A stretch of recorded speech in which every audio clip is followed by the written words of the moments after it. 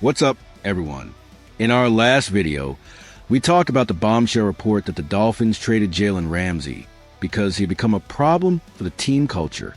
It was all about Miami's side of the story. But now, new details have emerged that show this trade wasn't just a win for the Steelers and a relief for the Dolphins. It was also a massive financial victory for Jalen Ramsey himself. Let's break down how Ramsey came out on top, how Jalen Ramsey got paid. According to a new report from ESPN's Field Yates, the Steelers didn't just trade for Ramsey. They immediately restructured his deal as a gesture of goodwill, and it puts more money in his pocket faster. Here are the two key changes. More money up front. The Steelers are deferring $1.5 million of his 2026 compensation into next season's pay. Simply put, he gets a piece of his future money now. More guaranteed money. They converted his per-game roster bonuses into base salary. This is huge. It means he doesn't have to be active for every single game to earn that money. It increases his guaranteed cash as long as he makes the team out of camp. For a 30-year-old veteran cornerback, getting more guaranteed money up front is a huge win.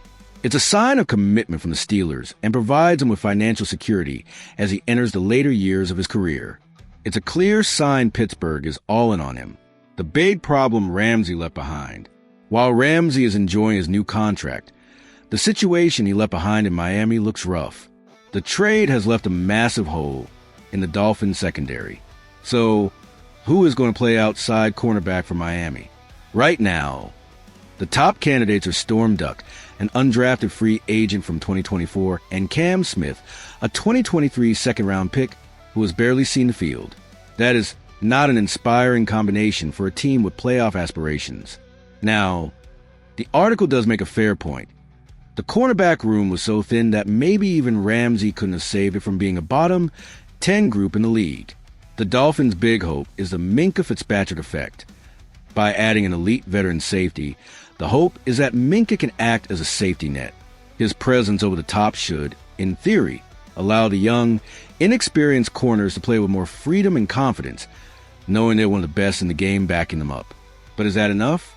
The article speculates that Miami might have to make another move, floating the name of former Defensive Player of the Year, Stephon Gilmore. Regardless, new defensive coordinator Anthony Weaver has a massive challenge on his hands. So what's your take? Is the Minkah effect enough to patch up the secondary, or do the Dolphins absolutely have... The Miami Dolphins tight end room is currently built on a foundation of hope and risk. After trading away a productive but disgruntled Jonnu Smith, they place a massive bet on Darren Waller, a star talent coming out of retirement. But what if that bet doesn't pay off? A new trade proposal suggests Miami could pivot to a proven $56 million Pro Bowl insurance plan. Cleveland's David Njoku. The drama started when Jonnu Smith was traded. He didn't hide his disappointment, saying, "I can't sit here, lying and saying it didn't hurt." His departure left a huge void, which the Dolphins try to fill with Waller. While Waller's upside is immense, the risk is just as big. This has led to speculation that Miami needs a more reliable Plan B. Enter David Njoku.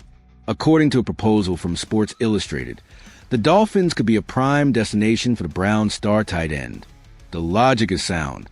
Njoku is in the last year of his contract, and Cleveland just drafted another tight end, potentially making Njoku expendable for the right price.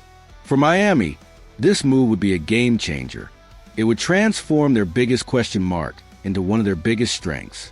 More importantly, it would be a massive vote of confidence for head coach Mike McDaniel.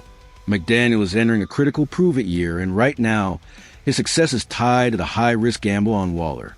Giving him a reliable, top-tier weapon like Njoku will provide a much-needed security blanket for the entire offense. This move would be an admission that the Waller experiment is too risky to be the only plan. It would be an aggressive win-now decision designed to give McDaniel the best possible chance to succeed and keep his job. The Dolphins are arguably the team with the most uncertainty heading into the season, and a move for Njoku would provide a powerful, definitive answer. So what should the Dolphins do? Do they stick with the high-risk, high-reward Waller gamble? Or do they make a bold move for a proven commodity in David Njoku to solidify their offense? Let us know your thoughts in the comments.